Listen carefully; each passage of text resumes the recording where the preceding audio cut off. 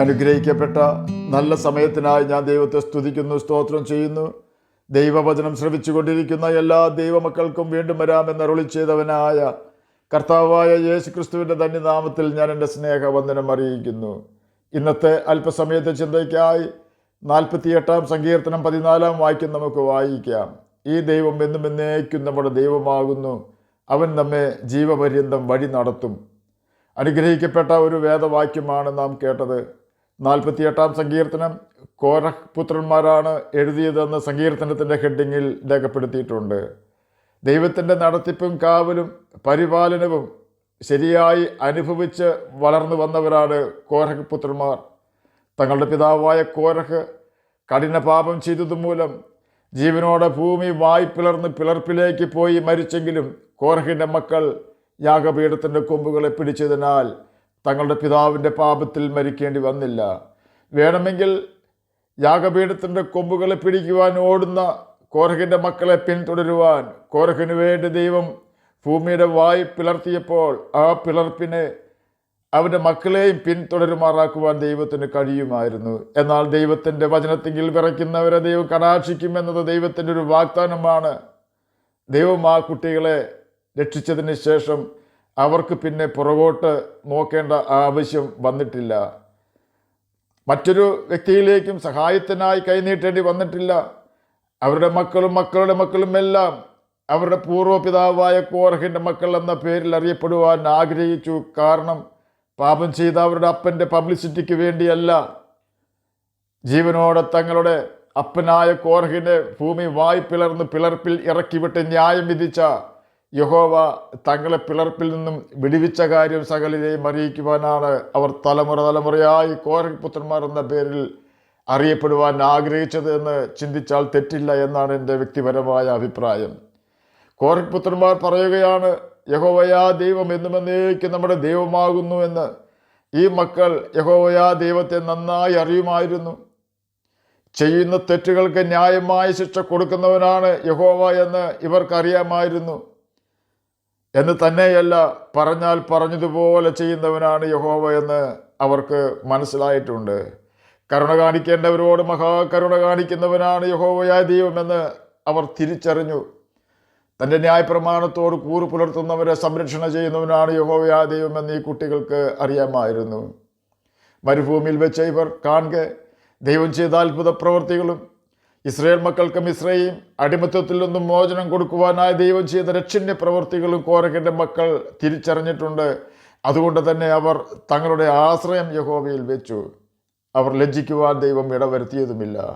യഹോവയെ തങ്ങളുടെ ദൈവമായി അംഗീകരിക്കുക മാത്രമല്ല, ഈ ദൈവം തങ്ങളെ ജീവപര്യന്തം വഴി നടത്തുവാൻ ശക്തനാണെന്ന് ഇവർക്ക് അറിയാമായിരുന്നു. ആകയാൽ എന്നെ കേൾക്കുന്ന പ്രിയ ദൈവമകനെ, ദൈവമകളെ, നമുക്കും ഈ കർത്താവിനെ പിൻപറ്റാം. കാരണം നമ്മെയും ജീവപര്യന്തം വഴി നടത്തുവാനും സകല പ്രതികൂലങ്ങളിൽ നിന്നും രക്ഷിക്കുവാനും നിന്ന ഉരുട്ടിക്കളഞ്ഞ് നമ്മെ ശ്രേഷ്ഠരാക്കുവാനും ഈ ദൈവം മതിയായവനാണ്.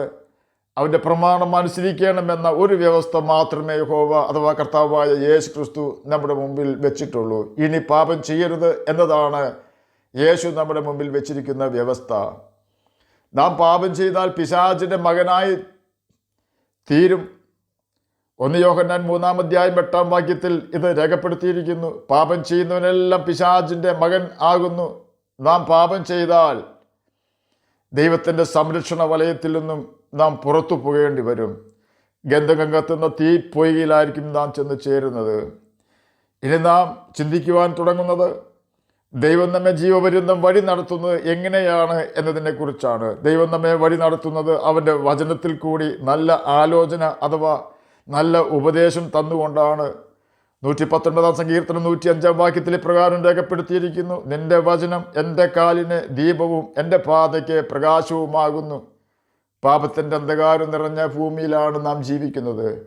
രാത്രിയിൽ ശരിയായ വഴി തിരിച്ചറിയുന്നതിനും ഏതെങ്കിലും ഉപദ്രവകാരികളായ ജീവികൾ വഴിയിൽ പതുങ്ങിയിരിക്കുന്നുണ്ടെങ്കിൽ അതിനെ കണ്ട് നമുക്ക് അപകടം സംഭവിക്കാതെ ഒഴിഞ്ഞു പോകുന്നതിനുമാണ് സാധാരണയായി നാം ടോർച്ച് ഉപയോഗിക്കുന്നത്. അതുപോലെ തന്നെ സാത്താൻ്റെ വഴിയും ദൈവത്തിൻ്റെ വഴിയും തിരിച്ചറിഞ്ഞ് പാപത്തെയും അതിൻ്റെ യജമാനനായ സാത്താനെയും ഒഴിഞ്ഞ് രക്ഷപ്പെട്ട് ദൈവം കാണിച്ചു തരുന്ന വഴിയിൽ കൂടി നടക്കുവാൻ ദൈവവചനം നമുക്ക് ബോധം തരുന്നു. ബോധം വരുന്നതെല്ലാം വെളിച്ചം പോലെ തെളിവല്ലോ എന്ന് എഫേസ്യർക്ക് എഴുതിയ ലേഖനം 5-ാം അധ്യായം 13-ാം വാക്യത്തിൻ്റെ അവസാന ഭാഗത്ത് രേഖപ്പെടുത്തിയിരിക്കുന്നു. ദൈവവചനം കാലിന് ദീപമാണ്. ദീപം അടുത്ത സ്റ്റെപ്പ് എവിടെ വെക്കണമെന്ന് നമുക്ക് അറിവ് തരുന്നു. ഒരു സ്റ്റെപ്പ് മാത്രം കാണിക്കുന്നതാണ് ദീപം.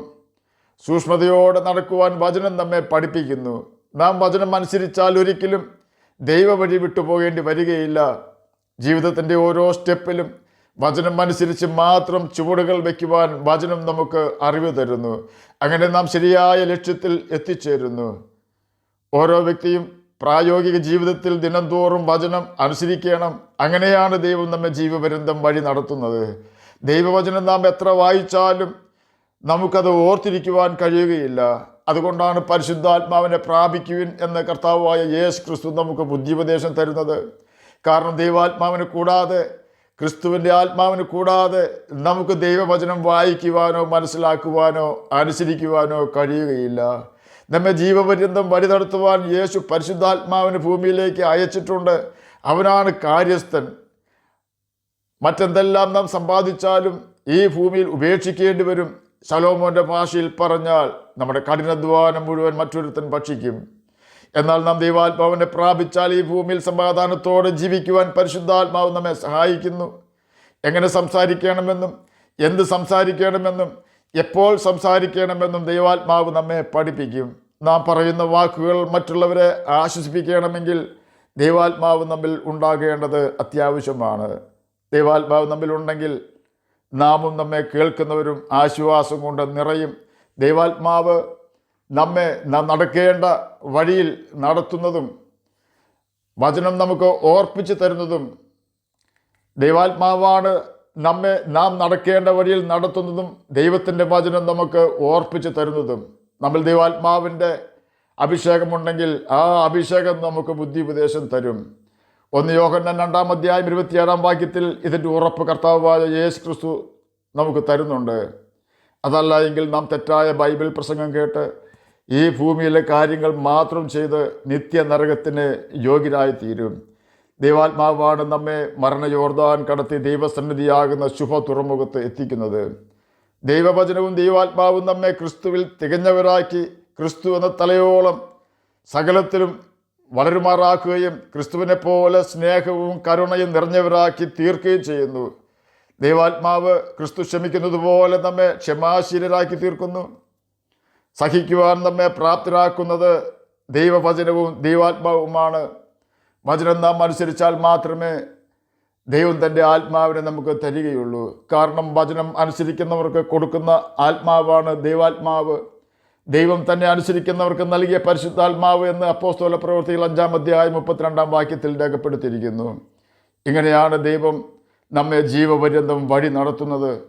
നാം ജീവിക്കുന്ന കാലം മുഴുവൻ പാപത്തിൽ വീഴാതെ വചനവും ദൈവാത്മാവും നമ്മെ വഴി നടത്തുമ്പോൾ നമുക്ക് ജീവിക്കുവാൻ ആവശ്യമായ എല്ലാ ഭൗതിക നന്മകളും സൗഖ്യവും ആത്മീക നന്മകളും ഇതേ കർത്താവ് തന്നെ നമുക്ക് നൽകിത്തരും.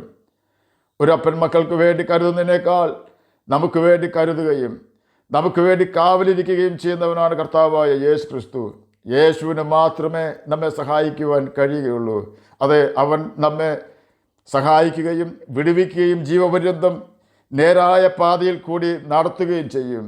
ആകയാൽ നമുക്ക് അവൻ്റെ വചനം വായിക്കുകയും അനുസരിക്കുകയും യേശുവിൻ്റെ ആത്മാവിനെ കീഴടങ്ങുകയും ചെയ്തുകൊണ്ട് നിത്യജീവന അവകാശികളായി തീരാം. അതിന് കർത്താവ് നമ്മെ സഹായിക്കട്ടെ എന്ന് പ്രാർത്ഥിച്ചുകൊണ്ട് ഞാൻ എൻ്റെ വാക്കുകളെന്ന് വിരമിക്കുന്നു. നമുക്ക് പ്രാർത്ഥിക്കാം. ഞങ്ങളെ സ്നേഹിക്കുന്ന സ്വർഗീയ പിതാവേ, നല്ല വചനത്തിനായി അങ്ങയെ സ്തുതിക്കുന്നു, സ്തോത്രം ചെയ്യുന്നു. എന്നെ കേൾക്കുന്ന ഏതെങ്കിലും പ്രിയപ്പെട്ടവർ അങ്ങയെ തിരിച്ചറിയാതിരിക്കുന്നുവെങ്കിൽ അങ്ങയെ തിരിച്ചറിയുവാൻ കൃപ അവർക്ക് കൊടുക്കണമെന്ന് പ്രാർത്ഥിക്കുന്നു. അങ്ങയുടെ വചനം വായിക്കുവാനും ഗ്രഹിക്കുവാനും അതിന് പ്രകാരം ജീവിക്കുവാനും അടിയനെ കേൾക്കുന്ന അങ്ങയുടെ കുഞ്ഞുങ്ങളെയും സഹായിക്കണമേ. പഠിക്കുന്ന കുഞ്ഞുങ്ങൾക്ക് പഠിക്കുവാനുള്ള ബുദ്ധിയും ജ്ഞാനവും ഓർമ്മശക്തിയും കൊടുക്കണമേ. സ്വന്തമായി വീടില്ലാത്തവർക്ക് വീട് കൊടുക്കണമേ. രോഗത്താൽ ഭാരപ്പെടുന്നവർക്ക് രോഗസൗഖ്യം കൊടുക്കണമേ. പ്രാർത്ഥന കേട്ടതിനായി സ്തോത്രം. യേശുവിൻ്റെ നാമത്തിൽ തന്നെ ആമേൻ. കർത്താവ് എല്ലാവരെയും അനുഗ്രഹിക്കട്ടെ.